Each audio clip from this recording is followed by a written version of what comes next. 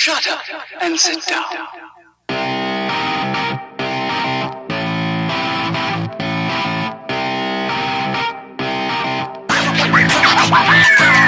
I'm Alexofalltrades, and this is the PostView review of 2017's It.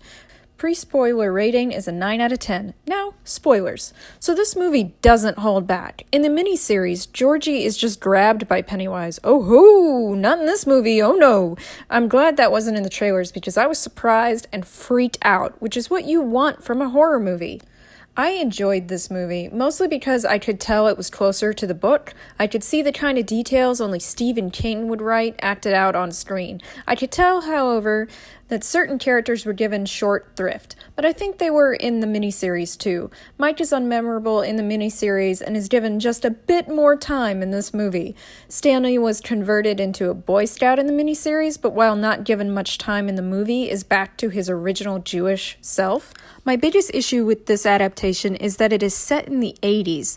All King works that take place in childhood take place in the 50s or 60s because that's when he was a kid. So it felt a bit like it was trying to rip off Stranger Things, trying to pay homage to It, the novel, which is a bit too horrorception to me. The paper and wax boat makes more sense as a toy in a time before video games, but it can't be made without Georgie's death in the beginning, and the boat and clown in the storm drain is one of the most iconic horror ideas ever.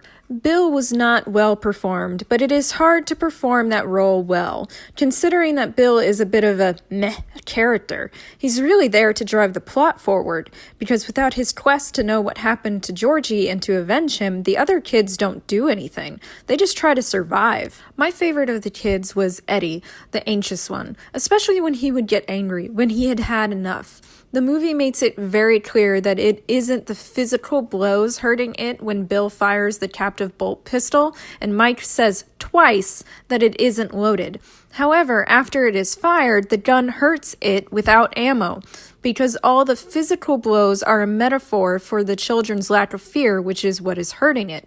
That brings me to my final point. The whole story is about two things: the loss of innocence and standing up to bullies. The parents in the town are numb to the losses of their children and are bad parents, possibly because of its hold over the town.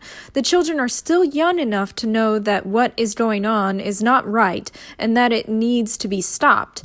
Their friends and siblings are disappearing, and that is horrifying. Children should not have to experience that.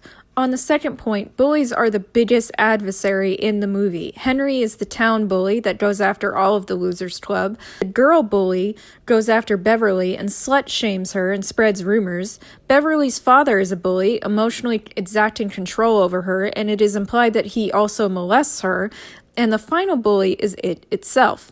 Like all bullies, It feeds on fear.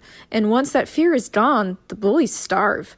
The kids stand up to Henry earlier in the movie, showing that the lack of fear and the fighting back nearly shatter him. Henry, sadly, has his own bully. He is in a similar situation to Beverly.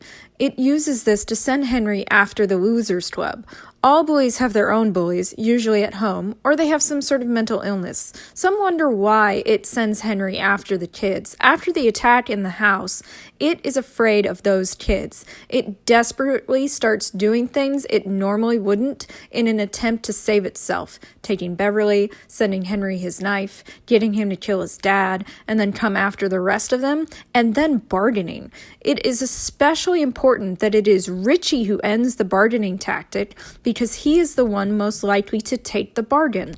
The kids all learn to stand up and do the right thing and promise to come back and do it again if needed. I very much enjoyed this movie. I felt like it was so real, at times too real, because life is sometimes funny in situations it shouldn't be, such as the projector scene wherein Richie sees It for the first time and starts screaming, or when Eddie broke his arm and Richie said he was going to pop it back into place, the holy shit as Henry fell down the well, or my favorite part after the leper threw up on Eddie movie and he just lost it.